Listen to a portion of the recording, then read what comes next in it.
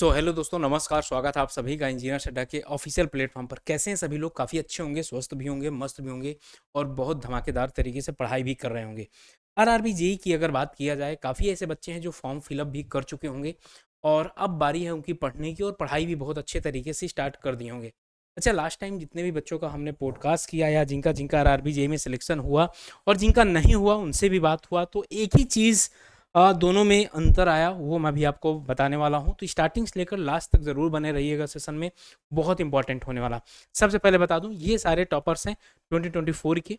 और सबसे पहले ये सेशन इस वजह से सभी बच्चों के लिए इंपॉर्टेंट है क्योंकि आप लोग ना एक एक पॉइंट इस पे ध्यान दीजिएगा। जब आप एक एक पॉइंट ध्यान देंगे इस पे, तो आपको काफ़ी सारी चीज़ें हैं जो क्लियर होंगी। जैसे कि अगर पहले बात किया जाए कि पार्ट वन में क्या सक्सेस आरआरबी जे एस्पिरेंट की प्रोफाइल कैसी होनी चाहिए, और ये मैं काफ़ी बच्चों से बातचीत करके, आपको भी पता है काफ़ी पॉडकास्ट वगैरह हुए हैं, तो वहाँ से ये चीज़ ऑब्जर्व की गई है कि जिनका सिलेक्शन हुआ उन्होंने क्या किया और जिनका सिलेक्शन नहीं हुआ उन्होंने गलतियाँ क्या किया। अब यहाँ पर अगर पॉइंट मैं पहला देखता हूँ कि बच्चों का इस मैथ में क्या होनी चाहिए, स्पीड होनी चाहिए, स्पीड इन मैथ। और यहाँ पर हम लोग यही कहीं ना कहीं भूल जाते हैं और हमको लगता है कि नहीं भाई, मैथ हो जाएगी, बहुत अच्छी है, हम बीटेक किए हैं, डिप्लोमा किए हैं, हो जाएगा। लेकिन ऐसा होता नहीं है क्योंकि यह स्पीड का बहुत बड़ा मैटर करता है। और यहाँ पर इम्प्रूव कैसे करना है, डेली आप 30 क्वेश्चन भी लगा सकते हैं टाइमर लगा के, क्योंकि एग्जाम में भी टाइमर लगा के ही होगा, ठीक है ना। 30 क्वेश्चन आते ही हैं। एक्यूरेसी, रीजनिंग की एक्यूरेसी बहुत मैटर करती है क्योंकि यही आपकी सिलेक्शन के लिए बहुत कारगर, बहुत इंपॉर्टेंट भी साबित होती है। और यहाँ पर क्या होगा, किस पे बेस्ड है, पैटर्न बेस पे। जिस तरीके के प्रीवियस ईयर आए उसी तरीके की आप रीजनिंग लगाइए। पता चले आप बैंक की रीजनिंग लगाने बैठ गए तो भाई हो गया बंटाधार। तीसरे में आइए कि टेक्निकल में क्या होनी चाहिए, आपकी कॉन्सेप्ट क्लियरिटी होनी चाहिए। ऐसा नहीं होना चाहिए कि आप बस कुछ क्वेश्चन को लगा लिए और आपको इस बात का एहसास हो गया कि सर मेरा हो गया, मैंने इसका सिलेबस कर लिया। ऐसा नहीं होना चाहिए। और आपके पास स्टैंडर्ड बुक और पीवाईक्यू ये होनी चाहिए और आपकी पर्सनल नोट्स होनी चाहिए, ठीक है ना। नोट्स, जब आपकी पर्सनल नोट्स होंगी तभी आप स्टैंडर्ड बुक मज़ा आएगा पढ़ने में। मेमोरी रिटेंशन के लिए 3-7-15 रिवीजन, इसको मैं लास्ट स्लाइड में बताऊंगा इसका मतलब क्या है। बहुत इंपॉर्टेंट इसका मतलब होता है और इसको आज से आप लोग फॉलो करने लगिए। और मॉक टेस्ट स्ट्रेटजी क्या होनी चाहिए, और यहाँ पर डेली लगाइए या weekly mock test, daily subject wise और वीकली हर वीक लगाइए। अभी मैं आपको ये नहीं कहूँगा कि डेली फुल लेंथ का पेपर लगाइए ना, अभी आप ना छोटे छोटे लगाइए, 10 क्वेश्चन 20 क्वेश्चन ये वाले। ये तो था आपका कि एक सक्सेसफुल जो भी स्टूडेंट हुए उनकी प्रोफाइल ये थी, उन्होंने मैथ में एक्यूरेसी और स्पीड हाई किया और रीजनिंग में एक्यूरेसी। और तो इस तरीके से अगला अगला यहाँ पर अब एक चीज़ देखिएगा। अब यहाँ पर एक बच्चों के अंदर ये मन में भ्रांति होती है कि भाई टाइम किसको दिया जाता, टाइम दिया जाए, टेक्निकल को दिया जाए कि नॉन टेक्निकल को दिया जाए। तो एक बहुत बड़ा यहाँ पर जो प्रॉब्लम है ना उसको सॉल्व करने जा रहा हूँ। 70% आप किसको टाइम देंगे, टेक्निकल को दीजिए, ठीक ना। और यहाँ पर क्योंकि सीबीटी 2 से ही फाइनल सिलेक्शन होना है, 30% आप नॉन टेक्निकल को दीजिए। और एक ये बात मैं बता दूं, मैं जो बता रहा हूँ ना, बहुत ऐसे बच्चे होंगे जिनका नॉन टेक्निकल तनिक भी नहीं तैयार, टेक्निकल बहुत ज़्यादा तैयार है, तो रिवर्स भी कर सकते हैं, ठीक। और डेली पीवाईक्यू लगाइए, 60 से 70% रिपीटेड क्वेश्चन होते हैं। वीकली सप्ताह में 2 मॉक टेस्ट लगाइए, एक्यूरेसी और स्पीड इंप्रूवमेंट होगी।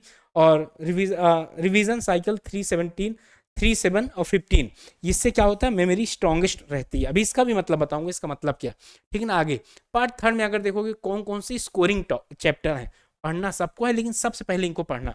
अलजेब्रा पढ़ लीजिए, ट्रिग्नोमेट्री पढ़ लीजिए, mensuration, geometry, ratio, percentage, profit loss, time work, ये 6 टॉपिक से लास्ट टाइम जो मैंने एनालिसिस किया था करीब करीब 70 क्वेश्चन बनते हैं।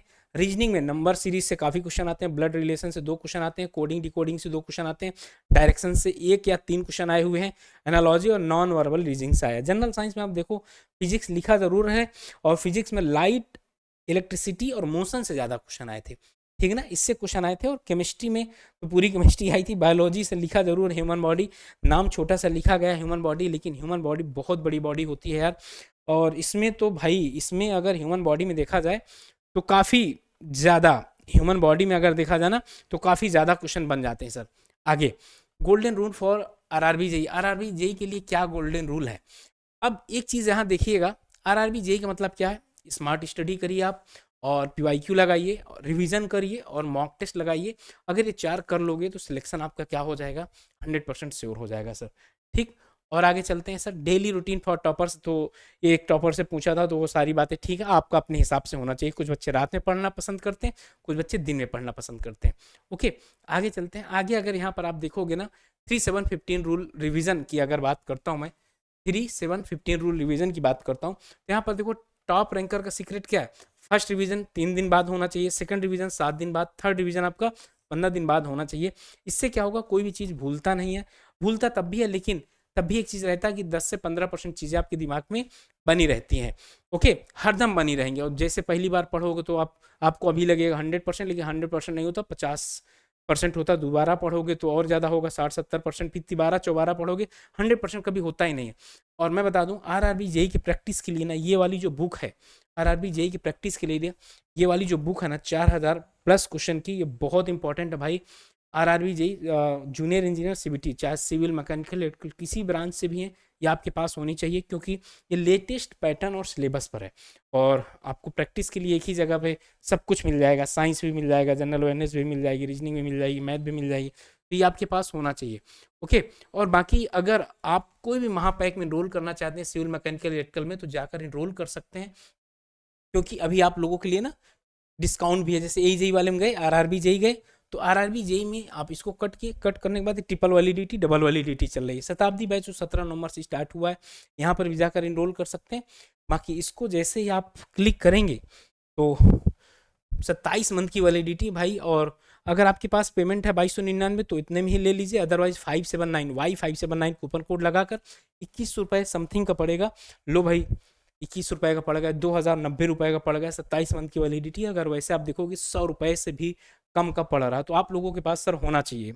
मेरा एक चीज़ मानना है कि आप लोगों के पास ये होना। और इसमें सबसे बढ़िया ये है ना, एसएससी जेई भी हो जाएगा, आरआरबी जेई हो जाएगा, सारे सीबीटी 1 सीबीटी 2 सब कुछ हो जाएगा। ओके, ये चीज़ एक होनी चाहिए। और अगर और ये वाली तो आप ले ही लीजिएगा। अब पीवाईक्यू चाहिए तो ये पीवाईक्यू है, तो यहाँ पर भी आप देख सकते हैं। बाकी आपको और भी कोई गाइडेंस चाहिए तो कमेंट सेक्शन में ज़रूर बताइएगा सर, ठीक ना। और भी अगर कोई गाइडेंस चाहिए आप तो कमेंट सेक्शन में बताइएगा। बाकी सेशन कैसा लगा, देखो ये कुछ बच्चों का फीडबैक था कि सर हम ऐसे पढ़ाई किए, हमारा ऐसा सिलेक्शन हुआ। बाकी आपकी अलग भी रणनीति हो सकती है। सेशन कैसा लगा कमेंट सेक्शन में जरूर बताइएगा। और इसी के साथ मैं अलविदा चाहता हूँ। चैनल के अंदर नए हैं तो चैनल को सब्सक्राइब कर ही देते हैं, आप लोग कर दीजिएगा। Okay, bye bye, love you, thank you and Jai Hind. और एग्जाम की, अच्छा हाँ, एग्जाम की बात बता दूँ, एग्जाम जो आपका है ना फरवरी लास्ट तक, फरवरी में आपका क्या हो जाएगा, एग्जाम हो जाएगा। कब सर, आपका एग्जाम जो है फरवरी में हो जाएगा। तो उसके लिए आपके पास अभी दिसंबर, जनवरी, फरवरी है, 2.5 से 3 महीना है। आप बहुत अच्छे, 90 दिन बचा, केवल 90 दिन बचा हुआ। अगर आप ऐसे सोचो तो बहुत अच्छे तरीके से तैयारी करिए, इस बार आपका सिलेक्शन होगा। Okay, bye bye, love you, thank you and Jai Hind प्यारे साथियों।